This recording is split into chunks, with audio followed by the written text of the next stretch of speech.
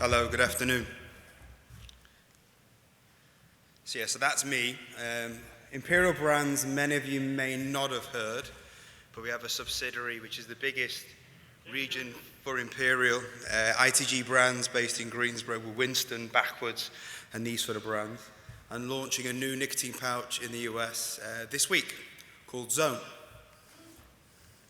Now I've had to put this on because this went through about 4 layers of legal, because the Englishman coming to the United States. This is from the lawyers, but as you know from the accent, I actually work in the UK and in Germany. But Imperial Brands, 4th largest tobacco company in the world, around about 160 countries, and actually inside Europe, the number 2 player in nicotine pouches. So I thought I'd start a little bit before going into what's a pouch, how's the market looking, and Tim has all the stats there as well. A bit of the history, so a different spin, and then we'll move into a bit of the market, and then the differences and similarities with Europe and the Nordics, which is the home of nicotine pouches inside Europe, and then a little bit at the end around where the market is headed. You all know this gentleman, Columbus. And actually, he was the first person, he actually brought tobacco to Portugal, but first recorded, let's say you want to call them a celebrity, seeing people using nasal snuff, which then is the forebearer to snus and the nicotine pouches. Now, Napoleon, believe it or not, I had to check this, was actually an avid snus user. So you go through the history, Swedish Match have got a great website, and there's some other good stuff online. He actually used 10 cans a month, which is around about 75% of consumption of what you see today in Europe. Then he fell on his head, and then the actual nicotine pouch, snus pouch business actually fell away with the fall of the French court across Europe. Now my wife is Swedish, so she'll shoot me if I don't say this correct. Fredrik Lundgren actually was the first gentleman in Sweden to open a snus production facility. And actually snus arrived, and this is with my Scandinavian team, I always make some small jokes, actually arrived from Finland in 1625. And it was actually used by the farming community because they couldn't, let's say, use their hands, so they had to hoe. So they quickly ground tobacco, put it under their lip, and they're a lot more effective and efficient. Lundgren, 19th century, built a brand called Etan, which is still available in the Swedish market today, has low market share, part of Swedish Match, and he was the forebearer to actually the Swedish Match, which was the Swedish, let's say, snus, like a governmental system. Now, a bit more about Imperial Brands. You see here on the right-hand side, this is our lovely factory in Sävsjö. Now, it's literally in the middle of nowhere. The roads are used as runways because there's no airports. You can literally drive for an hour and a half, which I know for people in the States isn't so far, and see nothing on the road. And it's actually a carbon neutral factory, just been certified, with actually genuinely elks walking around in the car park. We actually have around 500 people there. We actually employ half the village, so I'm first name terms with the local mayor when we need something. But here we produce, and in this, let's say, factory here, around about 140 million cans. Now you may think, so what? We actually have, in Europe, brands that are really credible. So KNOX is the number 1 brand for snus in Sweden, grows like anything. And then we have another brand called Skruf. And Skruf is the number 2 brand in snus and nicotine pouches in Norway, as well as in nicotine pouches in Austria. And actually, Imperial bought this company, an original startup over 20 years ago from two friends who actually wanted to challenge Swedish Match and their black hands, and they founded a company called Skruf AB.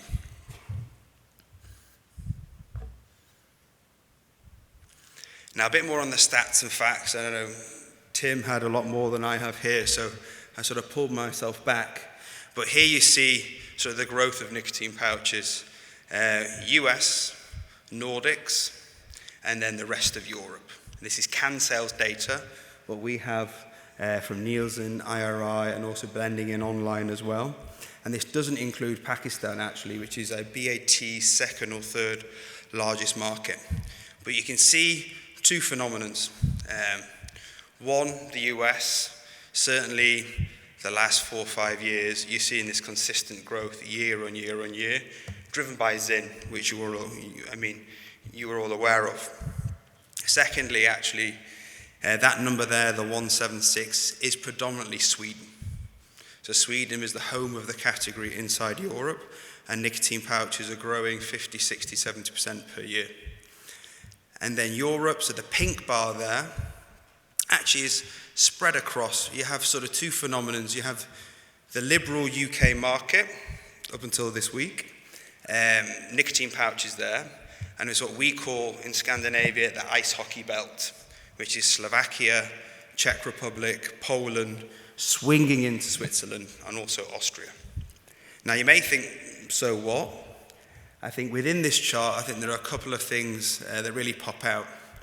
Markets that have a plethora of different types of nicotine opportunities, whether it's EVP, FMC, smoking, fine cut tobacco, snus, tend to do quite well, such as the UK, USA, and Sweden, where nicotine pouches are launched. These are the big markets. The second thing you see is things like Austria. When my boss 6 years ago said, we're going to Austria, we're going to launch nicotine pouches, I had to look at him, okay. Actually, Austria has a massive chewing legacy, same as southern Germany, Bavaria, Baden-Württemberg. People chew tobacco, and that's the second key driver, how you get the traction in the markets. So lots of nicotine opportunities in terms of categories, and also this chew legacy. Then you have the trend effect, which is also like the ice hockey belt, as we discussed. Now, I don't have that many stats here, and naturally, this was heavily looked on by our legal team, but why choose nicotine pouches? Now, we classify the markets inside Imperial Brands in two clusters.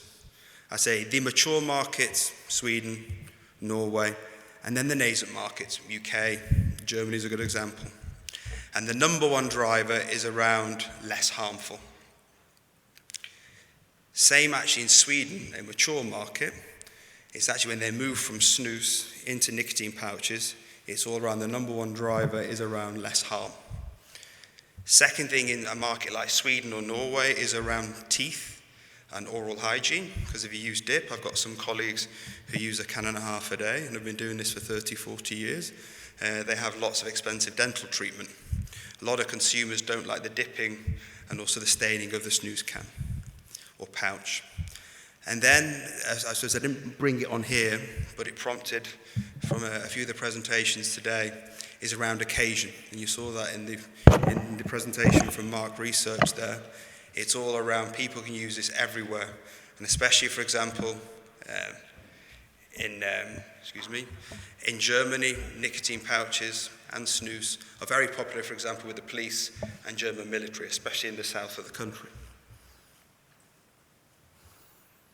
Now, again, I move to the next section of the presentation around the big players. So here on the left-hand side of this chart, the United States, and it's all around ZYN. Then you have your On, your Velo, Rogue, around 5 to 10 players inside the United States. Right-hand side of the chart is actually the Nordics. If you added this to Europe, you'd put UK data in there, it would look pretty similar. Velo, the number one. Actually, Imperial Brands with Skruf is the number 2 player inside, and then it's pretty split between 4 or 5 players. And then the key message from this chart is that people who get in first, so ZYN in the States, and Velo, which is a fantastic product, inside Europe, tend to stick. Consumers are pretty loyal. And then it's spread across various different players, we, Swedish Match, Philip Morris, and also JTI, trying to get their, let's say, share of the pie. Now I've got some more images. And I suppose when I was planning this, I looked at what's similar in terms of our industry, or nicotine pouches, what's different. And again, Europe, the United States, different dimensions, of course, but beautiful landscapes. and also big cities. Bottom left is Copenhagen, obviously not as impactful and powerful as New York, but it's still quite cute. And here you see what is very, very similar between the States and Europe. As previously mentioned, you have power brands, Velo and ZYN. Mint is the major segment. So I think it's around 70% over here. Also in Europe, it's around 80%. There's only Sweden, which is more flavor-driven, which is 30%, and more on that in a moment. You see a multi-category environment, whether it's cigars, whether it's dip, whether it's snus, FMC, EVP. And also that key driver is around better for me or less harm.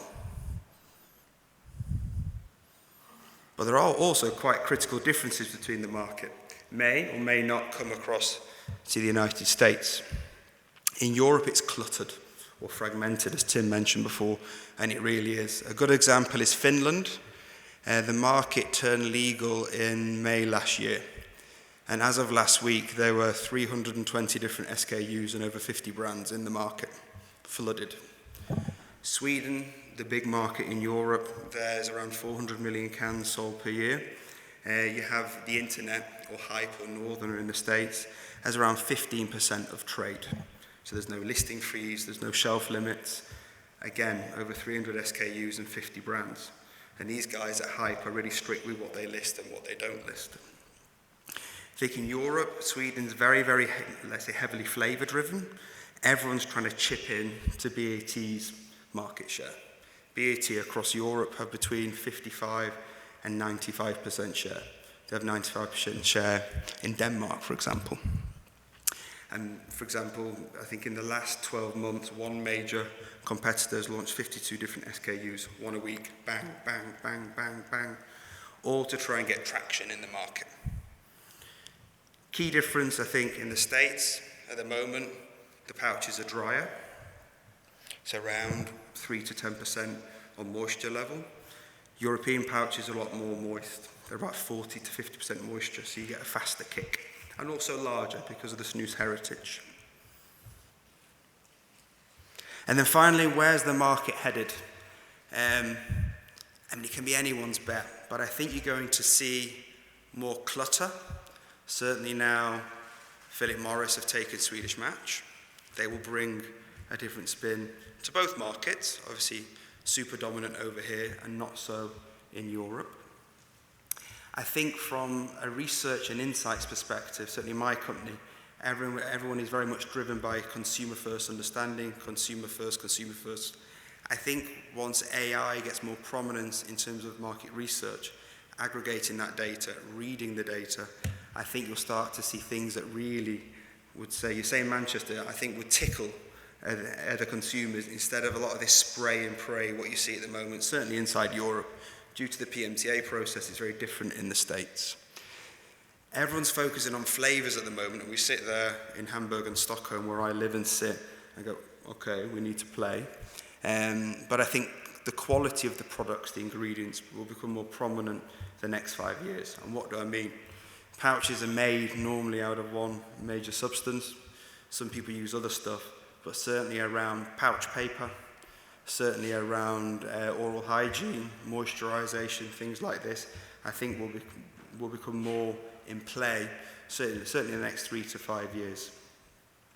And then also, again, back on the AI direction, I'm not in insights